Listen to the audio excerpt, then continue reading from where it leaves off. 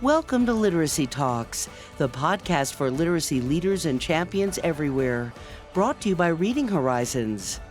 Literacy Talks is the place to discover new ideas, trends, insights, and practical strategies for helping all learners reach reading proficiency. Our hosts are Stacy Hurst, a professor at Southern Utah University and Chief Academic Advisor for Reading Horizons; Donell Pons, a recognized expert and advocate in literacy, dyslexia, and special education; and Lindsay Kemeny, an elementary classroom teacher, author, and speaker. Now, let's talk literacy. Hello, and welcome to this episode of Literacy Talks. I'm Stacy Hurst, and I'm joined by Lindsay Kemeny and Donell Pons, as I am most every week, right? We're almost always all here. That's a lot of alls. One reason I'm probably stumbling on my words is because it's the end of the school year. For me, end of my semester. And if you're an educator or a teacher, you know what that means. You may be a little tired, a little distracted. And if you're like me, I'm already thinking about next year and, trying to wrap up this year. So we thought we'd carry that into our conversation a little bit today, and kind of reflect on our last few podcast episodes. Maybe we could call it a season, where we were focusing on change makers, but then really dive in and focus on, just reflect, I should say, on our year of teaching and maybe look ahead to the summer too. And I do want to acknowledge, Donell, you don't get the summer off from your teaching. Nope. No. And I think that's good. Your students can't afford for you to take a whole summer off. Yeah, no. So some of this conversation will be a lot on the reflecting, and you just get to carry on. Carry on. Do the good thing. Okay, so let's first of all talk about our air quotes season. We've talked to a lot of change makers this season. And one question that came to mind is, what do you think they all had in common that made them effective? Because they all had accomplished some pretty cool things. I think they were all dedicated. So the word that came to mind was just dedication. I mean, you can't just say it. You've got to follow through with your actions. And I feel like they were all really action oriented and to make sure to have a plan and carry that plan all the way through. Yeah. Donell, what about you? What do you think they had in common? Yeah, I'm thinking a similar thing. And in addition, it seems like they were able to find like-minded people, even if it was within the office, within the community, within the school, because it really does take more than one individual. And oftentimes they credited their own involvement to someone else who got them involved, someone else who had said, hey, look, have you looked at literacy? Do you understand how important it is? And then they picked up the charge, and with their position, they elevated that relationship that someone had had with them, and they elevated that conversation and relationship and took it to the next level. So that also I found interesting. Oh, very cool. Yeah. And I think what I would say is that similar to what you both have said, because anytime you're trying to make a change, it's not going to be easy, I imagine, especially if it's a very meaningful change. And so they did persevere through that. I think sometimes it's easy to just say, you know what, there's just too much opposition. I'll focus on something else. But it seems like they all just rallied when they needed to. Really important. There are many moments, I feel like, from our conversations that I have found myself referencing in my own work or conversations since we recorded it. So I think probably every episode, but our series of episodes on assessment, really relevant to what I'm doing. And I found myself talking to my students about those episodes. And then I think a lot of district people I've talked to in the meantime, and I always reference them to our episodes that had people in the district. I don't know, Donell, have you made reference to our episodes to people that you've rubbed elbows with? Yeah, and I was just thinking there have been a few folks. I think that Julie Van Dyke and syntax, it's still front of mind. And I think I've talked a lot about her software, Cascade Reading. and the website and free resources. But that one is I'm still all the time surprised at how often that is a key piece when I'm instructing, when I'm working with students. So I think about that one a lot. I also have one in my head that has stuck there, and it was Kareem Weaver. Among the many great things that Kareem Weaver does and says, he brought up the relationship that he had with the late Ennis Cosby, Bill Cosby's son, who unfortunately was killed in a very tragic way. But that his experience in college, here's this young man who, by all intents and purposes, has loads of support and gets all the way to college, very bright young man, struggling hardcore, and goes and receives, oh, hey, look, it's dyslexia, receives support and comes back into the college system. And I'm thinking, wow, even at that level where you have that much, resource support behind you, that tells you how much we got to do with dyslexia. Anyway, just that one has stuck into my head because it really made me think about a lot of things to do with dyslexia. And then just conversations I was able to have this past year with folks who have dyslexia, my own son included, reminding me of how very important this work is and unfortunately how difficult it is to make change. Yeah. Anyway. Yeah, that's a really good point. I also found myself thinking about our episode on all the things that the library in Montana, right in this moment, her name, I'm drawing a blank. Idaho, sorry. Yes. Yeah, Idaho. Yeah. Sun Valley. Mm-hmm. Yeah. And I've been thinking about that because in my little community, there's been online at least, probably face to face, but I'm unfortunately not attending school board meetings, but there's just been a lot of dissent and just bickering and pointing fingers. And I just think how awesome it would be if we could do what that community did, pull together and provide some really awesome resources for our educators and for the kids in the community. And families. Yeah. And families. Yeah. Not leaving families out of the equation for sure. But anyway, So lots of episodes to reference, I think. We'll continue to do that. Okay, let's switch our focus ever so slightly on our teaching. And like I mentioned, we're ending our semester. We just had graduation on Friday. We're recording this on Monday after, and I am grading finals, but I make a list every time of what I want to change. But as we reflect on the last year of our teaching, a question I want to know is, what is one word that captures your year? And then just tell me why. Share with our listeners the story behind that word. Lindsay, do you have a word? I was thinking about this, and the word that came to mind, which I'm going to use both as a verb and a noun, is advocate.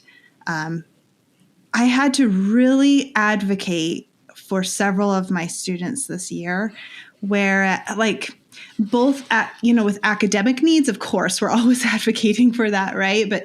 But also just the other tremendous amount of needs that our students have.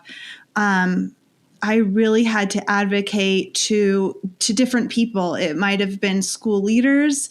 It might have been parents. I feel like I sent so many of these pleading emails this year to get students' needs met. And I'm just really frustrated. I'm just going to try not to get emotional here because there's some things that happened even today. But yeah, it's just so teachers have to deal with so much beyond academics. Academics alone is a lot, but we have to deal with so much, and so do our students, and it's just not fair. And I'm frustrated today, and I just can't believe I'm sickened at times with the things that our kids have to go through and that they're exposed to. And it just makes our job really hard. So I've just really been thinking about that, because I feel like this year, especially, there were just a lot of different things that were going on in my students' lives. And I just want to be careful how I talk about it, because I want to protect them. But, and then also, we have at our school a family advocate. And so I really got to know our family advocate this year. so she was amazing because she just did so much. We would work together, figure out how can we help the student, how can we support the family at home.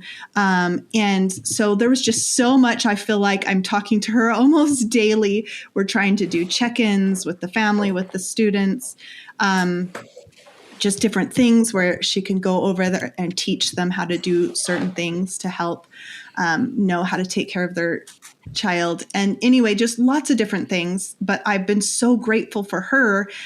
We haven't always had that resource. And she's not like full-time at my school, but it's been so great to have someone, official advocate, to help me advocate, because we need support, and our students need support. So anyway,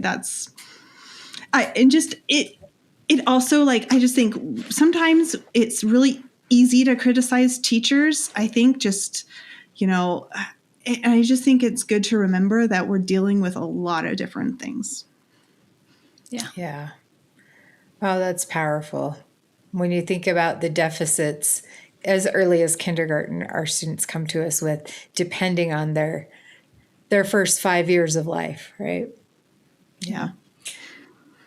Well, that's a sobering start, but it's a good word. It's important. Yeah. It's powerful. It's a reality. Thank you for sharing that. Yeah, it is very real.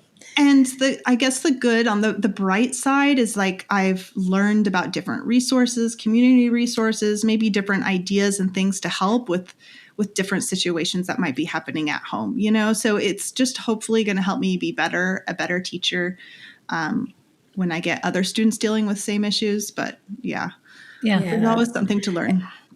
And that you have a family advocate, that you have that role at your school is very cool. We do have school psychologists that I think could function in the same way, but I've never heard that specific title in a school. That's cool. I mean, just the level, like, just everything, like, she's been able to do and go, I don't know where her budget comes in, but she's been able to purchase things and go take them to the home, things that the child needs at home, and just different, I've been amazed at everything she can do for the child. Wow. So it's been very family. Yeah.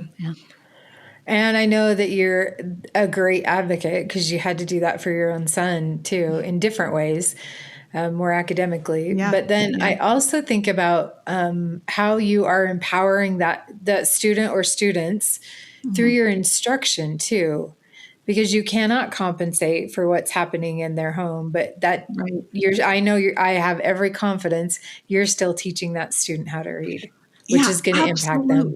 And because no matter what is going on in, like, different students' lives, we can't just say, okay, I feel so bad, I'm just going to give them a free pass at school, because that's just doing more damage. So the best thing for all our students is that they still learn and are proficient, readers and writers.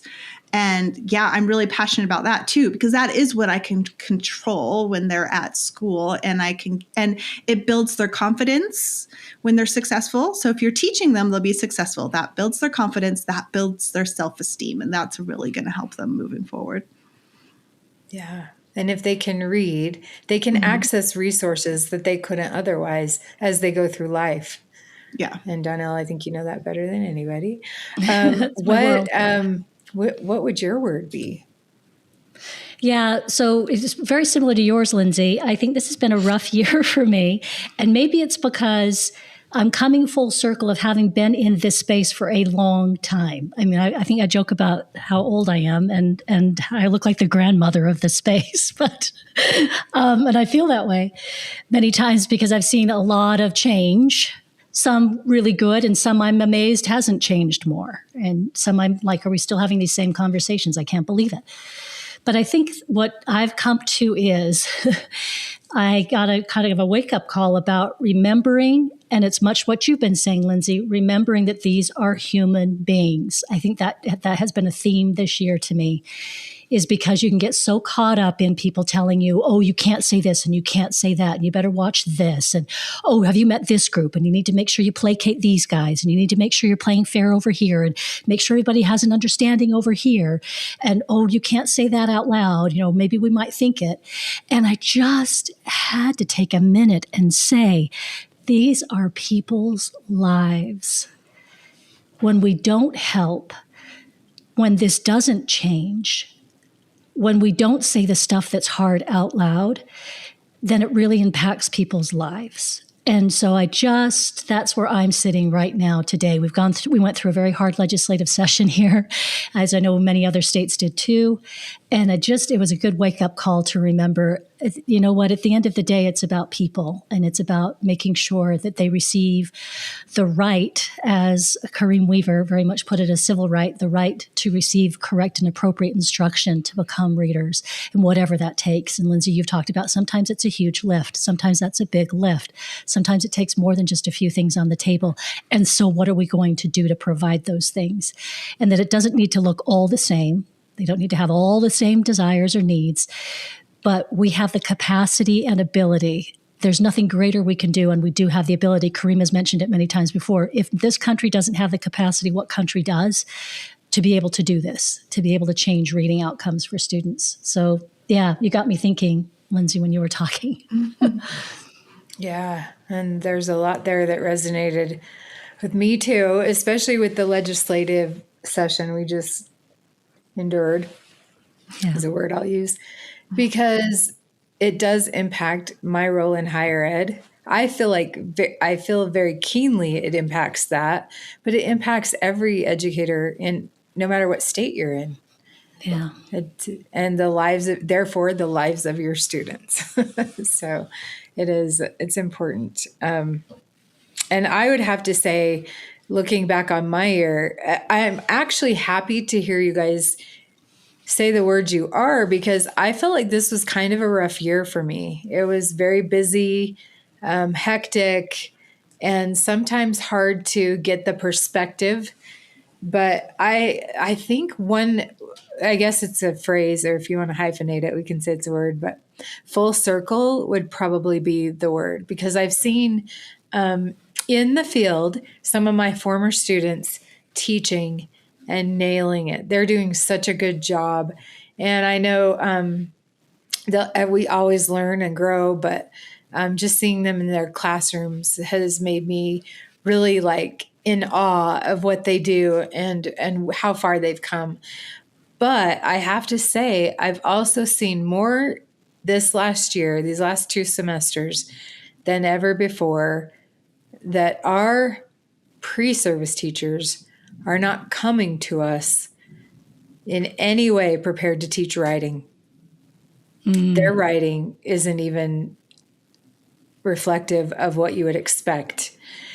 And the number of phrases that I said to my first graders that I'm saying to my college students, to be fair, these are sometimes freshmen, like you need to start a sentence with a capital letter and the pronoun I is capitalized. I can see the need for that. We do. I know I've said this a million times on our podcast. I have a new class starting in the fall, luckily, that will focus on writing, but I need to teach them writing along with teaching them how to teach it, which is sometimes overwhelming. So I was thinking words like full circle, overwhelming. There's a lot, and maybe it's just too soon to reflect without that level of emotion, but it sounds like we've all had a year. Stacy, on the bright side, at least that means they're not using AI, right? To write their answers. True, but I may or may not have forced that. So I gave a final face-to-face paper pencil this year. Okay, I was just going to ask, because I'm like, doesn't Word correct that for you? Okay, so it's paper pencil, I see. Yeah, and I will tell you, this is, again, many students in this particular class are freshmen or starting, this is one of the first classes they take in the education program. They all come away saying, wow, there's so much more that goes into teaching reading than I ever thought. So I'm lucky that they have that awareness. Mm-hmm. But when I told them about the final, and I was gauging the level of anxiety in the room, and I said there will be 50 multiple choice questions that are not just vocabulary terms or application. Didn't get much of a response. And then I said, and then there will be one essay question, and not even much of a response then until I said, this is paper pencil. And then it just went, the anxiety went through the roof. And questions started coming out. Are you going to grade on spelling? That was the number one. That's so telling. What about handwriting? And it was palatable. It was just that immediately. And then in truth, it wasn't a full blown essay. It was more of a long answer or short answer. Yeah. But that's what they were concerned about. Wow. So they know they don't know. Yes. Wow. Yeah. And oftentimes, Lindsay, the times that I am making comments on capitalize the pronoun I, every sentence starts with a capital letter, it is in a digital document too. So, yeah. Okay. So I got to tell you something that one of my students recently said to me, and I have to do a shout out to this student. He's graduating from high school and he's a rock star and he's heading off to a college experience. We've been together for many years, but he's amazing. He's absolutely amazing. But he made a comment that was really interesting just recently. Senior year, last project out of their English class. And he has been forced because the school has, this particular district has a policy where every student has to take an honors English class. So no matter what your background is, you have to be in honors English. So he's been in this English class that has caused a great deal of anxiety. They're doing Frankenstein. And of course, what did he do? He made sure he brought it with him to tutoring. We've been on it, working on it. He's reading the original. It's been a really good experience between the two of us. Well, I said, how's it going? I just recently, last project coming up for it. How's it going? He says, you know what? I'm the only kid in my class that's read it. Yeah, I'm not surprised. And I said, what? Yeah. He said, yeah, I'm the only one in the class who's actually reading the book.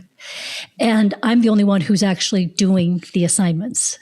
So he said, do you know what I want to say to the class? I said, I'll bet you want to say a lot of stuff. And he said, one thing I want to say is, do you have any idea how hard it is for me to do this? And I'm doing it. What's your excuse? And if it's easier for you, why aren't you doing it? Right? That's his It's your excuse. Yeah. Oh my goodness. He's working and really that does hard. not surprise me either. Full circle. I know I've shared before, beginning of the semester, that 5 books essay I require. A lot of kids use books from their childhood. It doesn't surprise me that he's the only one reading that book. Well, and sometimes it's not even all the way assigned, you guys. Like my son, was it this year? He's in 10th grade this year, or it might have been, no, it was he was in 9th grade last year. And they were reading a book, I think it was Lord of the Flies. And he didn't, they weren't required to read every single chapter. So I was having him read, and then he was like, oh, I don't have to read that chapter. We can skip that and just go to this other chapter. And I'm like, what? No, you're going to read it. And he was so mad at me. My teacher said we didn't have to. Like, look, he's like showing me the assignments. You don't have to read the whole thing. They're just reading certain chapters. And I made him read it anyway, but I'm like, what? Why aren't we reading the entire book? Like, we don't need just to do excerpts, Because it would take too long. Yeah, I don't know. It's really strange to me. Yeah, I think we're seeing that play out in a lot of ways.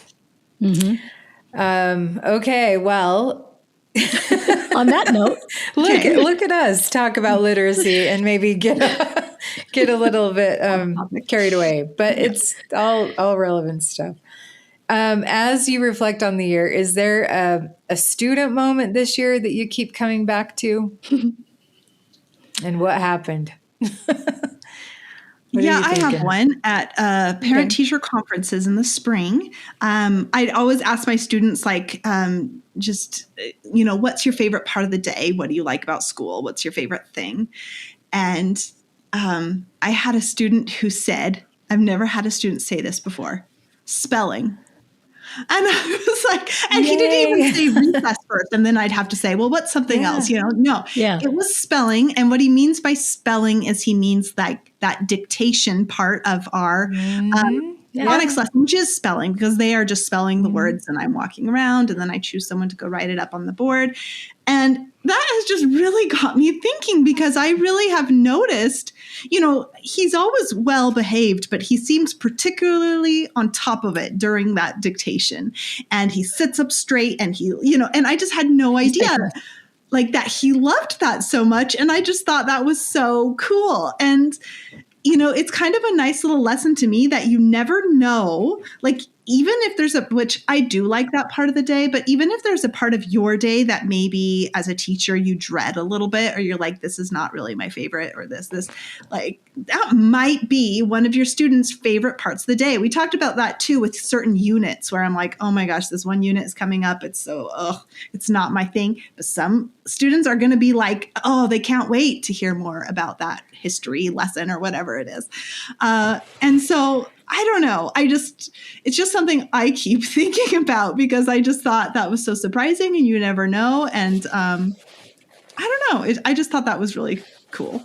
I love that. I love that. I remember when we started teaching at my elementary school, when we actually clear back in the day started teaching phonics. And as you know, we taught Reading Horizons, and that dictation piece is a big part of it. In the faculty room, Lindsay, we were all going, our students say that phonics is their favorite time of the day. And we were all mystified by it. That's so weird. So I love that, though. That is so fun to hear. Kids love Good job. Consistency, I think, and structure. And we're always worried that they're going to be bored, Structured but they literacy. thrive with it. They thrive. Yeah. And to know that they can feel confident and competent in doing it, right? Yeah. Well done. Yeah. What about you, Donell? I'm going to say it's probably related to the other student story that I shared. I have another student who is an older adult. He is in his 60s. I don't think he'd mind me sharing that. No one's going to know who he is anyway. But it was interesting because I had a rare opportunity to have someone who knows him chatting, having a social conversation in a social setting, and he happened to come up in the conversation.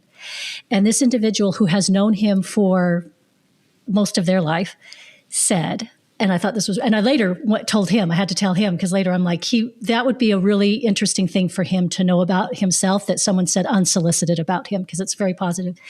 And this individual said, what's really interesting is that so-and-so, I was doing some work with him, and it involved numbers, spreadsheets, work, and it was like a whole different person.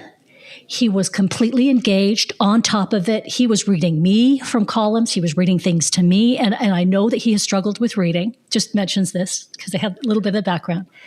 I couldn't get over the confidence. He's like a different person. That's cool. And I took that back to him. And he sat there for a minute. And he didn't quite know what to do with the information. I could tell he was really taking it in. And then he said, Lindsay, you started it with your almost, I'm going to cry. But then he said, wow, thank you for telling me that. Because it's so much work. And again, this is that human piece that I think is going to be a thread through this conversation, is these are human beings that we're talking about. When we're talking literacy, we're talking human beings, and the most profound experiences they're going to have in their lives are related to reading. We just can't get away from it, folks.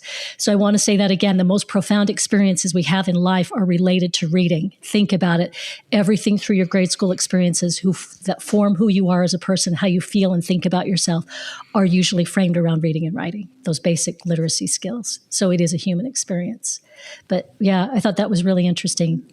I say all the time, like teaching these students to read and write is the greatest gift we can give them. It really is. It changes lives. And that's what we're doing. And that's what, our listeners are doing, whether you are on the front lines or not, because you might be in a supportive role, but you are supporting the people and the teachers who are doing, on the front lines of the work. But you guys, it's such powerful work. Yeah. And I tell my students this all the time when we learn about orthographic mapping, but it's a gift that they can't take back. It is a gift that will impact them forever. You can teach them science or social studies. They'll forget capitals.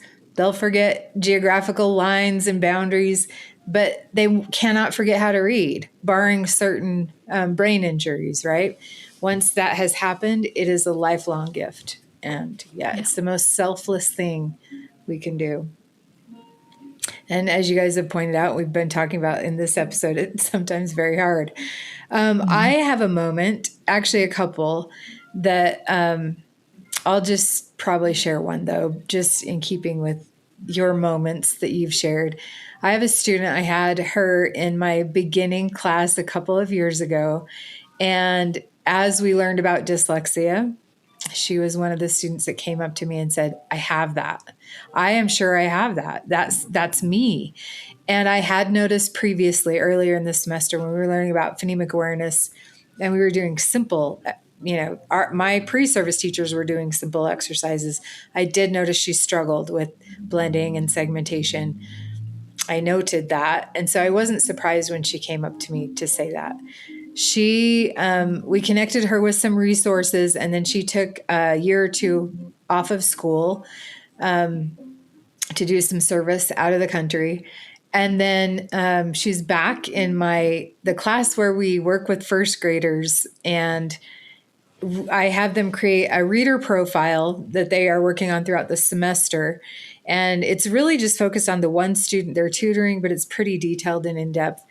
And when I got to grading her midterm, and in the way it works in Canvas, you don't know who the student is. You set it up so you're just grading the assignment.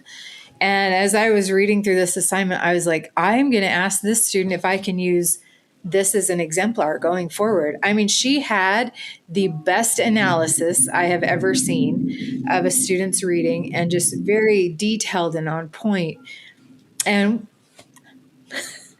dang it, we should not cry. You guys started it. When I saw whose name it was her. And she's been doing a lot of work to be able to manage that. And I know she puts in twice or three times or four times the amount of work that other students in the same class do, like you're pointing out, Donell. Yep. But she's going to be the best teacher because of it. So that moment stuck with me, because I just remember looking at the screen and going, wow, that's so cool. Yeah. Anyway, okay.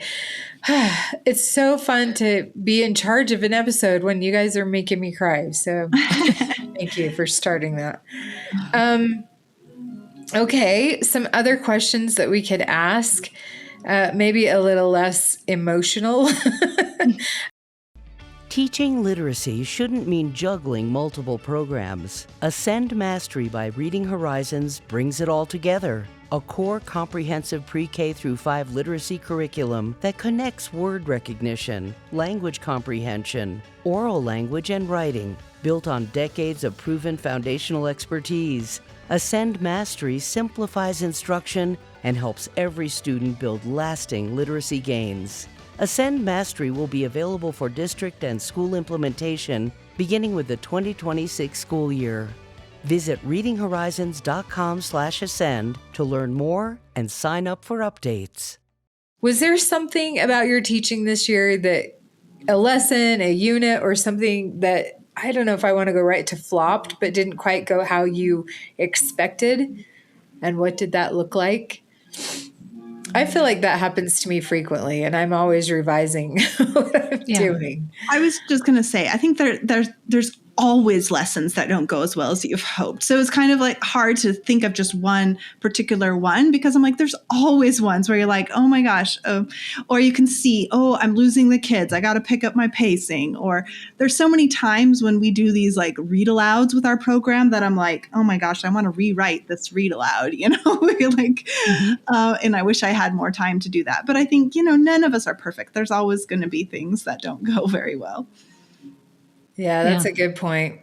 Donell, does that happen in your tutoring too? Yes, it does. And I think also the other piece that I keep coming back to is always filing things away mentally or something but always staying open to and reading. And I make sure I check to see if there's been anything that's come up on a certain subject in reading, because you don't know everything. And there is new information that's being shared. And sometimes when I'm sitting with a student, I'll have an aha moment and go, that's what I was reading about. Oh, and you can try something. So that's also what I was going to encourage, is those happen all the time. I call them light bulb moments, where maybe something you filed away from a research study or a headline that caught your eye, and you're thinking, that's really interesting. And then you're in a moment with a student where you're thinking, that's what we're talking about. That's you can pull it out and try it. So that's always got to be, I think, in your practice. As Lindsay, you said, that you have to have ultimate flexibility, I think, in this work. Yeah. Yeah, that's a good phrase, ultimate flexibility. Yeah. That is definitely important. Okay, well, let's see, what else could we discuss based on this year? And maybe just because we've just gone through it, where did you feel the gap between basically research and practice in your own teaching practice? I know for me, I'll just be like, I'll start while you're thinking of it. But for me, it really is the amount of time that it takes to know how to teach someone, let alone hundreds of students, how to read.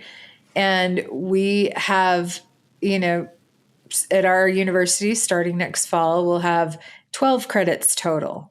And I think about all the years that it's taken me to get to know what I know. And there's so much I still need to know. And I just think there's such a gap in the way that we address that in our education system. And I can do the best job I can do. My students can do the best jobs they can do, but we don't have time to get to everything they need to know. Yeah. It's interesting, Stacy, because before you said that, because you sent us these questions yesterday. And what I wrote down was time, because I do think that is just the biggest, that's our worst enemy. There's never enough time. And you get these research studies, you read these research studies on different things. And it's like, okay, here's what we did. This is, exactly, this is how long it took. And even if it's like, well, this little particular activity took 20 minutes or something. And so, they might be saying it's only 20 minutes.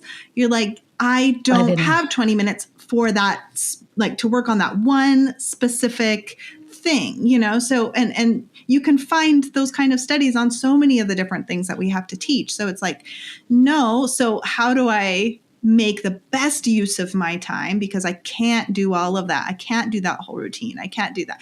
What should I replace with that? And those are all the tiny little part of the millions of decisions, those tiny little decisions that we're making every day, and maybe that's not a tiny decision, but it's just one of them.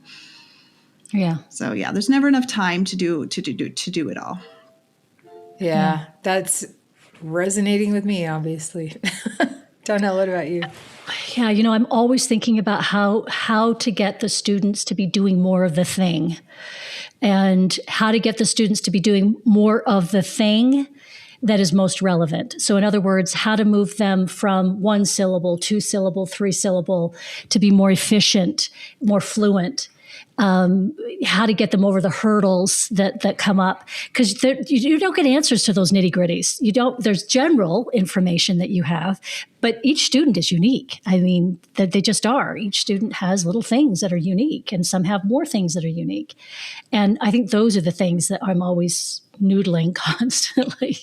Yeah. And it takes time to recognize those unique things from your students. And especially if you're a classroom teacher, because you're not working one-on-one with them all the time. And so it takes time for some of those things to surface, depending on the setting too. Yeah. I know I called Donell last week because I am tutoring, and my 3rd grade kiddo that I'm tutoring is the best memorizer of anybody I've ever met. I will not be surprised if he goes into acting and does a really good job. But when it comes to reading individual words in isolation, not so much, right? So And I've been working with him almost a year now. And I kind of knew this, but it's also a balance because I was trying to give him time doing the thing. He had lots of time doing the thing, lots of repeated reading, but he was memorizing it. And now I have to shift ever so slightly and go back to making sure we're doing that. And I go back to the simple view of reading. That word recognition piece was in isolation, and he's still lacking that. So we need to work in that area. But that takes time, right? And this is me working at least an hour a week with him. I wish it were more, but yeah.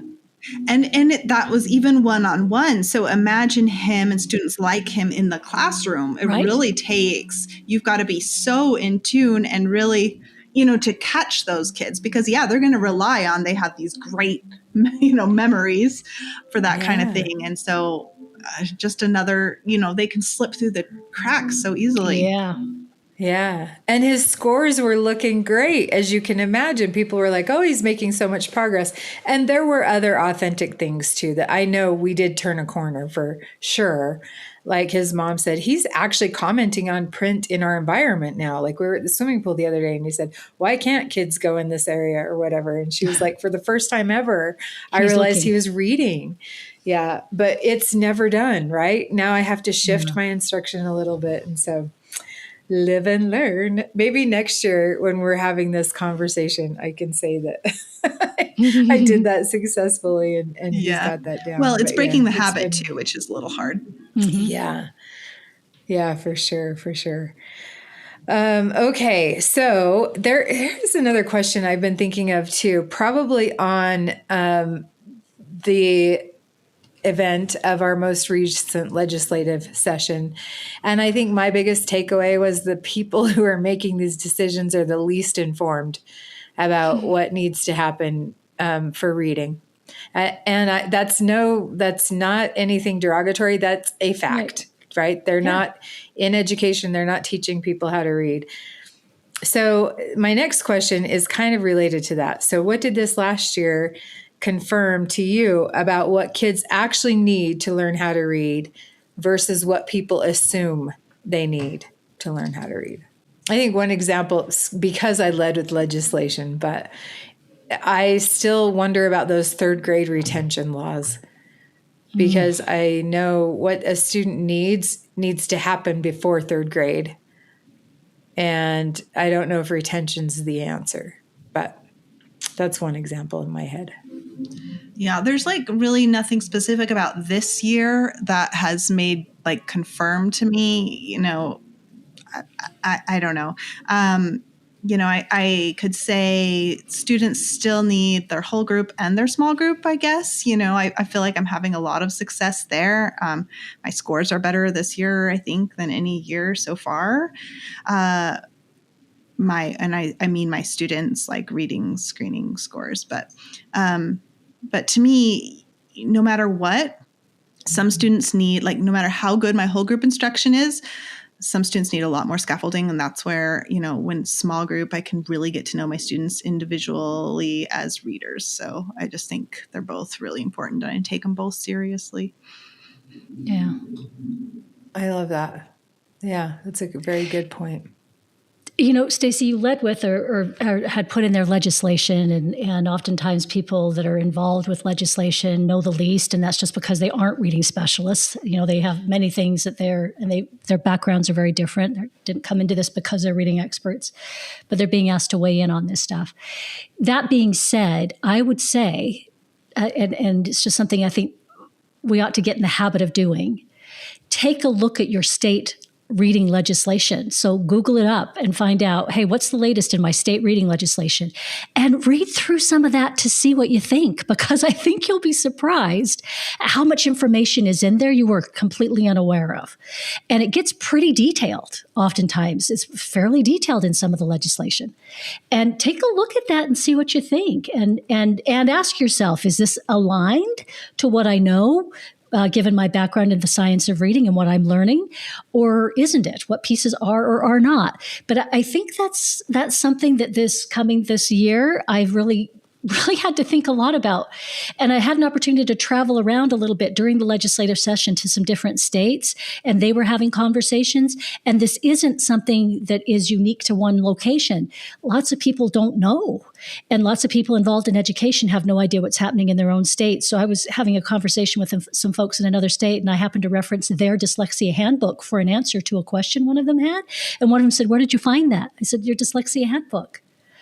Well, where is that? So, I mean, there's a lot of information provided through these sorts of things, legislation and through districts. Your handbook is one of those as well, other pieces. But take a look at those if you get a chance and be familiar. Yeah. Yeah.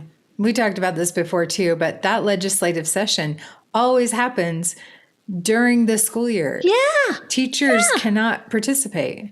And I know that there are like allowances for them to do so, but back to the issue of time, that would be a real, it's more real work sacrifice. to miss school because we have to do subplans. It's more work. Yeah. So, yeah. And Lindsay, you're not encouraged to do it at all. It's not encouraged for teachers. Oh, and no. There's no setup. That's the thing about it to We don't me. know If we about really it wanted usually, teachers. like we're not. Yeah. Mm-hmm. Yeah. Yeah. Yeah. And when you do know about it, because I have participated as a teacher, like legally, they have to give you the day off to go to Capitol Hill. But for me, it was 4 hours away. And I was a literacy coach when I did this. And it wasn't, hoorayed and supported in the way that maybe it could have been. Right. Yeah. So, yeah, that's definitely something to consider there. But I don't know what to do with it other than to be aware. I think your call is a good one, Donell. Be aware of the legislation. Yeah. Okay. Looking towards next year, what's something you want to do more of, even if it feels risky or hard to implement? And I'll lead with this one again because I'm just going to be repetitive. And for me, it's going to be that class on teaching writing while I'm teaching writing at the same time to my students. I think that's going to be hard to implement. And I'm looking forward to being on the other side of it and learning what I have to learn because I think it's going to be hard. I need to do better with my vocabulary instruction. This isn't risky, but what makes it hard is the time involved. Our old program, I feel like the old ELA program we had, it was easier for me, more doable because we had 5 to 8 vocabulary words for the week. Our program now introduces maybe 5 or 6 a day. So it's really hard for me to give opportunities for students to interact with the words throughout the week because, as I said, it's timing. And so I really want to think through the best and most efficient ways to do that. There's things that I think I'm doing good, and I try to incorporate the words in our writing, but I can do better at it. And then there's things I'm not very good at, like continuing to interact with the words, except those words that we're using in our writing. So anyways, that's just something I want to explore and improve. Yeah, very cool. Donell, how about you?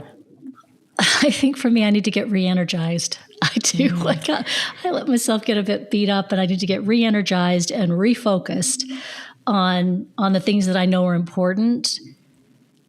To make sure that I continue being the best advocate. And listening to you talk about advocates and their importance, Lindsay, it's gotten me back into the mindset. So thank you for that.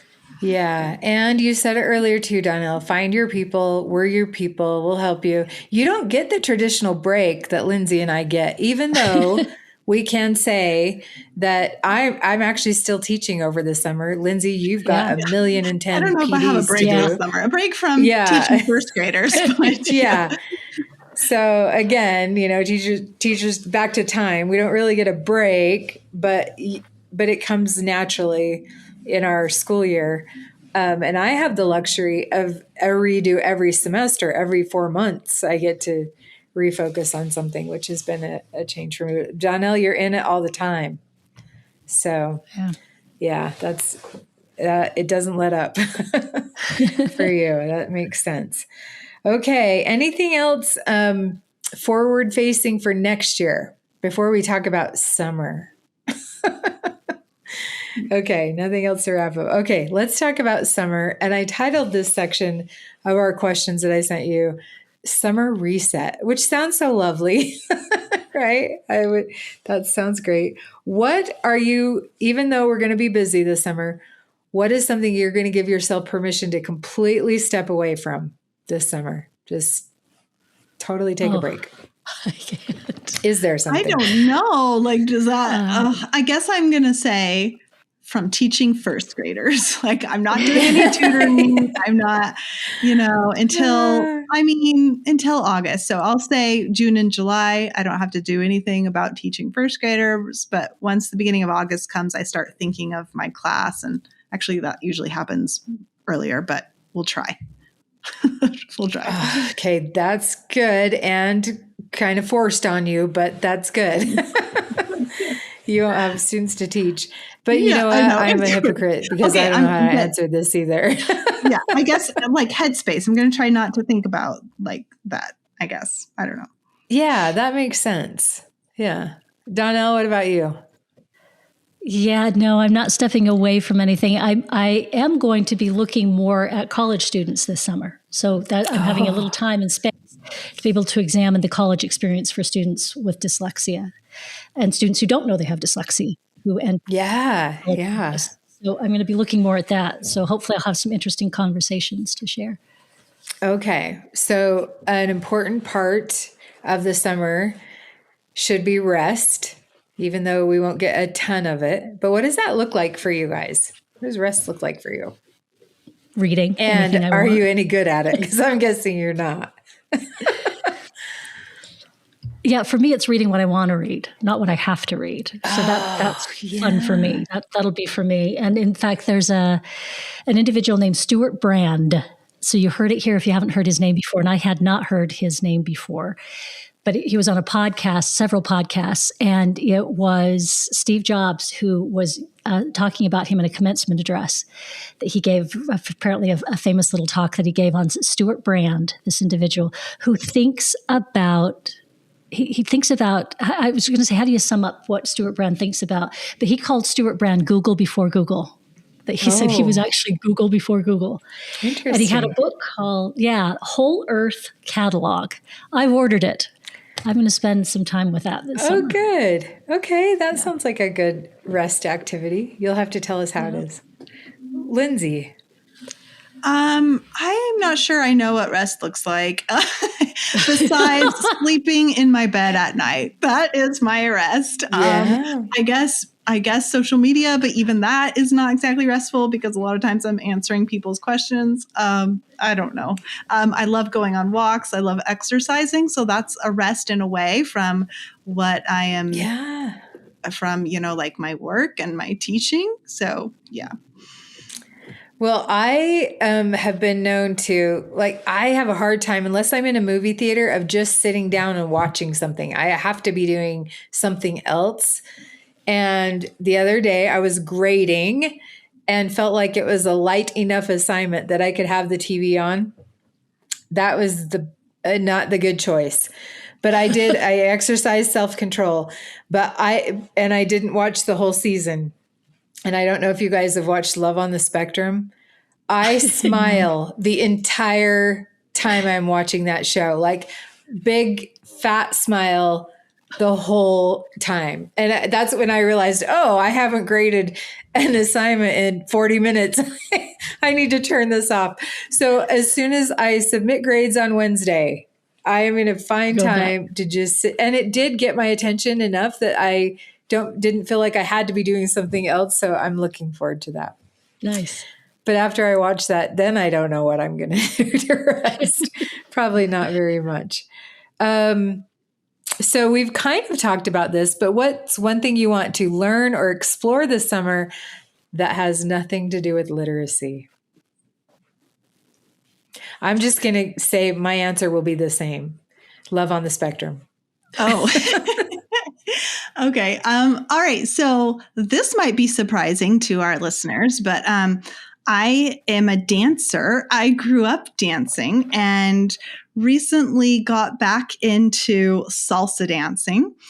And so this summer, I'm actually going to go to it's called a salsa congress in Las Vegas. Ooh. This is like a salsa, like think of a teaching conference, but it's salsa dance. So it's like I'll have workshops on and classes on like technique and styling and different elements of dance. And I'm going to do that this summer for a few days. Very cool. My family will come with me. I will be going to the classes while they find fun stuff to do during the day, and then we'll go do stuff in the evenings. So that's kind of fun. And if it's Las Vegas, they should be very near a pool because it will be hot in many ways. Yes. Salsa, get it? Yeah. Anyway. Yeah, very definitely. Cool.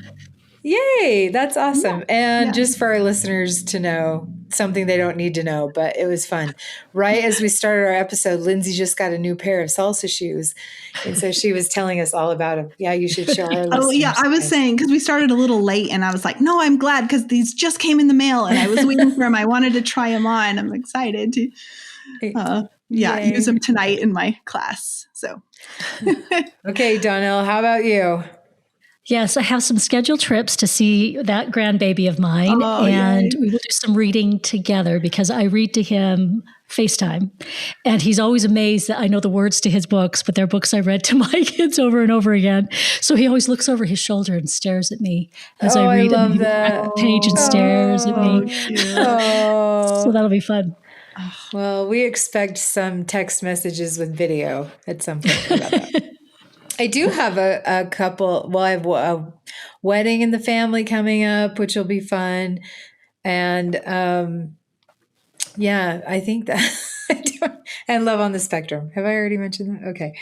What about your summer reading list? Donell, you've already shared that with us a little bit. Do you have anything else on that list? Yeah, so Stuart Brand, Whole Earth Catalog. I'm very much looking forward to that read. And then I do an annual Pride and Prejudice read. I can't help myself, but I do. Is that always in the same time of the year? About, yeah. Oh, I love that book. I love that book. Yeah. I know. Oh, awesome. Okay, Lindsay, how about you? So I just have like my book. I have a part of a book club, and so my book club we're going to read Theo of Golden. So I don't know if you've read that, but I haven't yet. So I'm going to read that, and then this summer there's going to be a book study on Rock Your Literacy Blocks. I'm going to participate in that, of course. Great. Like that's the book I wrote, but I will go back and reread. And I was like, that's not on your summer reading list. That's on your summer written list. Yeah. But I got to go back and read it and think of like when I'm going to that's fair. present what I want to say. But yeah. So far, only Theo of Golden is on my list. I've heard mixed reviews about that. Initially, I was only hearing good things, and then so I'm curious. Okay, I might have to read that too. Yeah. Young-Suk Kim just is going to release a book I pre-ordered. It's coming out on May 12th. Integrating Reading and Writing. Yeah, that's on my list too then, because I'm waiting for it to come in the mail. Yeah, May 12th. Now, I thought you said not with reading. No? But well, not this question. This was anything on your list. Okay. Yeah. Yeah, what's on your summer reading list? That and like a million other things, right? Oh, it's so many things. I keep ordering books that I don't have time to read. So there are probably so many that fall into that category that I've lost track, but that's what I'm looking forward to. So excited for that. Okay, we have had a great conversation. To be honest, I feel like this has been a very organic conversation in that I almost forgot we're recording a podcast. We've just been talking. So let's wrap this up by fill in the blank. Starting, we'll say September, even if your school year starts in August. By September, I want to feel rejuvenated. How would you finish this? That's a great word. Donell? Let's just say re-energized. You guys are good. That's very aspirational. I just want to feel prepared. So I'm going to aim for that. And those of you who are listening, if you have, I hope you've been reflecting along with us, and we'd love to hear about your year too. So always feel free to share that with us. And We hope you all feel energized by September. And whenever the next episode of Literacy Talks airs, we hope you will join us for that. So thank you for joining us for this episode of Literacy Talks. Thanks for joining us today. Literacy Talks comes to you from Reading Horizons, where literacy momentum begins. Visit readinghorizons.com/literacy talks to access episodes and resources to support your journey in the science of reading.